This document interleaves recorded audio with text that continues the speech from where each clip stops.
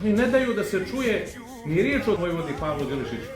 Da pitamo kako je moguće da ga evo mjesecima unazad u svim crnogorskim medijima predstavljaju kao osuđenog, ozloglašenog četničkog komandanta. Ko je to osudio vojvodu Pavla Đurišića? Jel postoji ikakva presuda o tome pa da ti mediji mogu tako bez ikakve dileme da koriste te formulacije? Ali znate šta su napravili?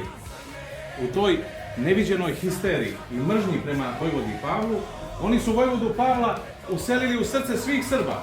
Čak i one koji nisu znali ko je bio vojvoda Pavle i kakva je bila njegova borba. Oni su od njega napravili srpskog junaka. Pođite kroz crnogorske kafane, diskoteke, svadbe, veselja, krštenja. Neće biti ni jednog tog veselja da se ne pjeva Đurišiću mlad majore, komandante Crne Gore.